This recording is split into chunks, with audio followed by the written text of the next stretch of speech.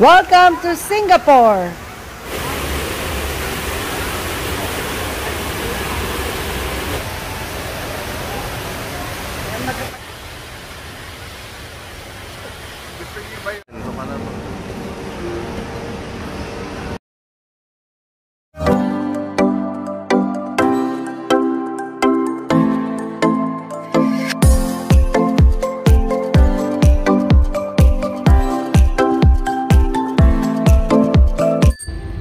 Hala, anong nangyayari? Bakit umuusok? Na-inosente na naman ako, guys. Ang sabi po ni Alvin, si aircon daw po yun. Kasi guys, pagpasok ba naman namin ng aeroplano, yan po ang bumungot sa akin. Nakakatakot.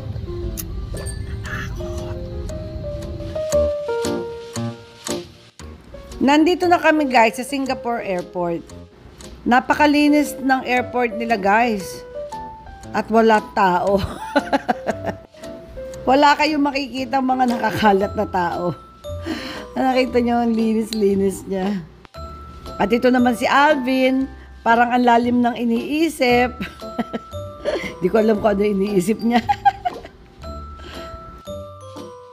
Habang naglalakad kami para kunin namin ang mga luggages, nadaan po kami dito sa Bee Cheng Hiang. May nakapagsabi po sa akin na masarap daw po ito. Siyempre, titikman natin guys kung masarap talaga. Ang tawag po nila dito ay bakwa. Popular street food in Singapore, parang jerky meat. Pwede pong pork, beef, or chicken. Marami siyang flavor. Merong spicy, merong regular lang, at mga ibang hindi ko po alam kung ano yun. Kaya magtatanong po ako kung ano po ang masarap. Ayan na guys, nagbabayad na po yung manager ko. Ito yung in-order ko. Tikman natin. Kasi kung masarap, bibili pa ako bago ako. Kasi pero hindi siya beef jerky, sabi niya. It's like similar to beef jerky, love. That's the pork. Dahan-dahan. Sarap. Oh. Yeah, parang beef, pero masarap ah. It's similar. It's a pork jerky. They're actually jerky type of meat. Para alam na. No, that's all of the three things that we bought is about $14. Yeah. Not bad. But their specialty here. We've never seen this type of store in any of our travel. Kasi bumili po kami ng tatlong klase. Bumili po kami ng one slice ng tatlong klase. Lalo daw ang masarap. So, pero ang minimum is 100 grams, di ba? Ha? Dumaan po kami sa duty free. Pero nakikiisyoso lang. Hindi naman ako bibili. Tinitignan ko lang kung mas mura dito. Singapore po kami. Ito ang kanila. First time namin Singapore. So, this is how it is. One word I learned here. Travelator. First time. Yung kanilang wakalator is travelator. Ngayon hinahanap namin kung nasaan ang aming luggage. Ayun, nakita na namin ang aming luggage. Yay! We're waiting for another one. Ang dali pong kumilos dito guys, dahil kasi hindi siksikan, wala po masyadong tao. Iniintay lang po namin yung isang luggage namin. We're approaching Terminal 1 Arrival Immigration. That's me and Annie. Nakuha na po namin ang mga luggages namin. At paglabas namin dun sa arrival, ito po ang bumungad sa amin, ang Connection Mall.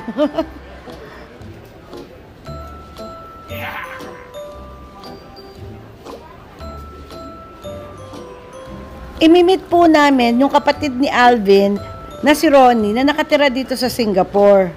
Actually guys, ang tagal po nilang hindi nagkikita. Ngayon lang ulit sila magkikitang magkapatid. At magkikita raw kami doon sa Rain Vortex. So, hindi ko po alam kung saan banda yon. At yun daw ang highlight ng airport. Ito na pala guys. Sandaling lakad lang pala. Ito na. Wow! Ang ganda guys. Kakaiba to ha. Imagine nasa loob ng airport may ganito kayong makikita. Ang ganda ha.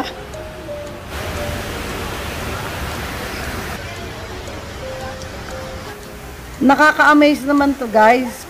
I think kaya siya tinawag na rain vortex. Kasi guys, parang umuulan sa gitna.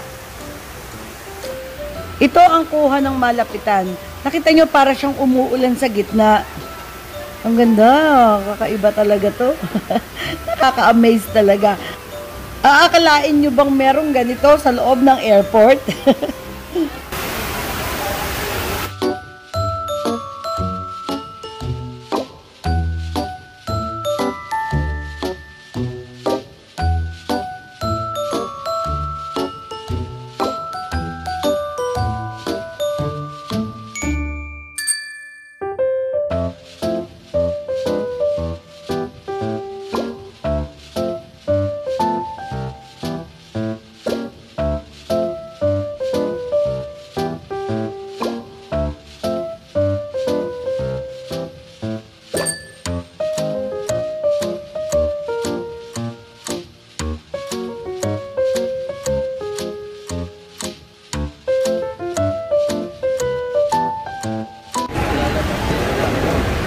Guys, nandito tayo sa airport ng Singapore.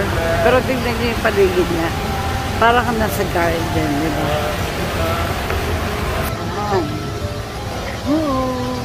Ayan si Ronnie. Welcome to Anyana TV. Brother ni Alvin. Welcome to the vlog.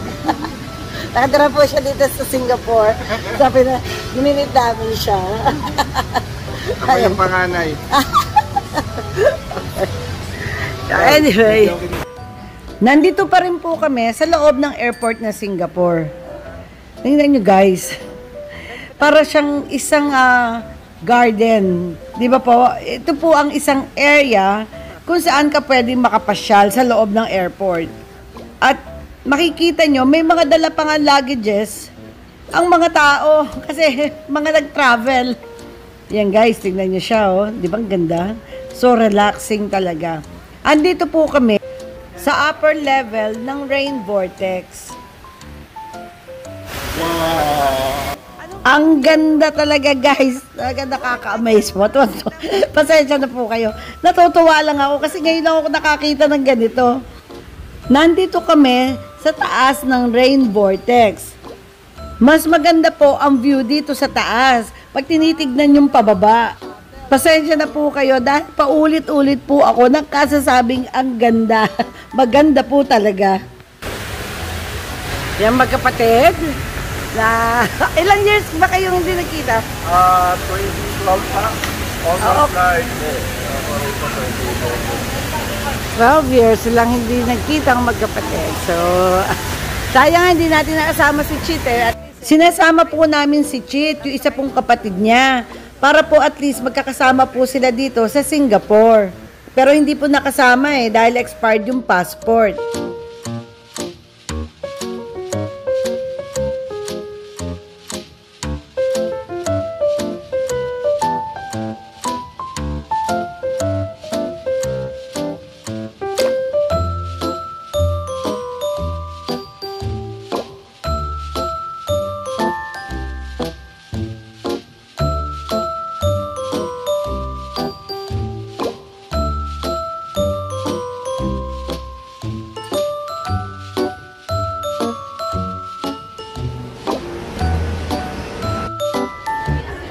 Guys, kakain po muna kami dito sa Haru Restaurant. This is Japanese food. Japanese ano to, di ba? Busy daw, busy. Busy daw si Alvo Ayon. Hello! Ayan, silang Welcome dalawa. to Singapore. Welcome me to Singapore. Welcome us to Singapore. Welcome us to Singapore. Ba, kasi first time natin. Oh. Ganda may mga choices.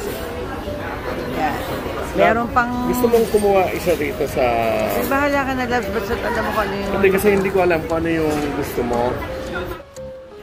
Guys, nandito pa rin po kami sa loob ng airport, oh. Hindi pa po kami lumalabas. Kumain muna po kami dito sa isang Japanese restaurant dahil nagugutom na po kami. Dumating na guys ang aming mga orders. Ang sarap. Nako guys, nagpasyal pa ho kasi kami. Kaya ngayon, gutom na ho kami. Ang laki po kasi ng airport nito guys. Talagang marami kang mapupuntahan.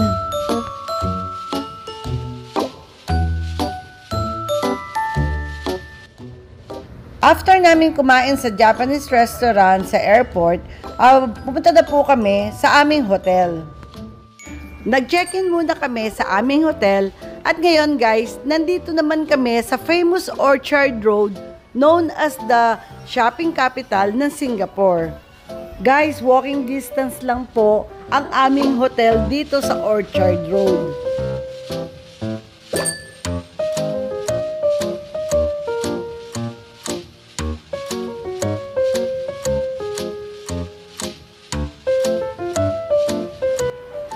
Nandito kami ngayon sa Orchard Central Mall. Kakain kami dito sa Food Republic. Kumbaga guys, food court yon sa Pilipinas. Ang tawag sa kanila, Food Republic. Nakalimutan ko na kung 4th or 5th level to ng mall. Alam nyo ba guys, ang mabibili nyo rito, yung mga Singaporean cuisine. Ang ibig ko pong sabihin, wala kang makikita rito na McDonald's, KFC, puro pagkain ng Singaporean. Malawak po itong Food Republic, parang isang floor talaga siya. Ano gusto mo? Dahil... Ito ang breakfast ko, itong snacks. Ito, boss. Ito yung standard breakfast kadalasan. Nyari, bread, coffee with something gano'n. Yeah. Yan ang mga medyo sikat. So pwede pala tayo mag-breakfast dito na bukas. Gusto mo na, tikman natin. Sige, tikman natin yung Hainanese chicken rice. At alam nyo pa guys, dito po sa Singapore, hindi po libre ang tissue pag kumain ka sa isang food stall. Ang sabi po ni Ronnie, ang tissue ay tinitinda ng mga elderly, whom is known as a tissue uncle or tissue aunties, para source of income po nila. Parang ang sarap-sarap naman yan. Ito naman guys ang mga binili ni Alvin. Yan.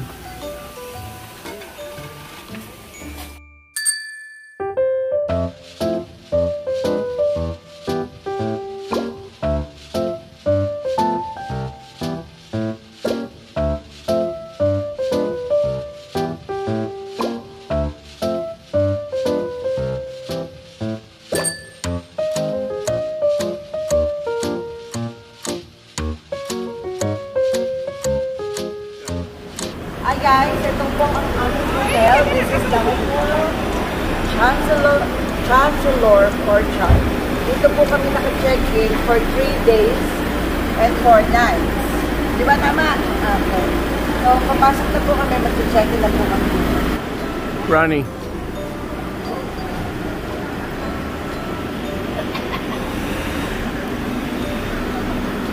Ito ang aming kwarto. Ayaw bumukas. Okay na siya. Small room. Pasok po kayo. Welcome. Welcome. Pasok. Pasok po. Cute ang mga room dito, no? Yung tinanong ko yung ibis na doon sigala.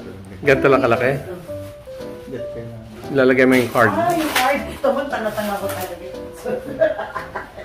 Kaya, kailangan. Tama na inosente. Yun. Yan. Okay, ilagay. Pasensya na po, inosente. Kailangan daw. Again. Hair dry. Ang nagustuhan ko dito, ang daming puno sa inyo. Yan. Wala naman bunga. Wala na. Ay, hindi fruit bearing. TV. Walang fruit. Wala fruit bearing. We got a 65-inch TV. Oh, it's 105. Yeah. Hindi 65, 105. Yeah. Kunin ko muna yung aking chinelas.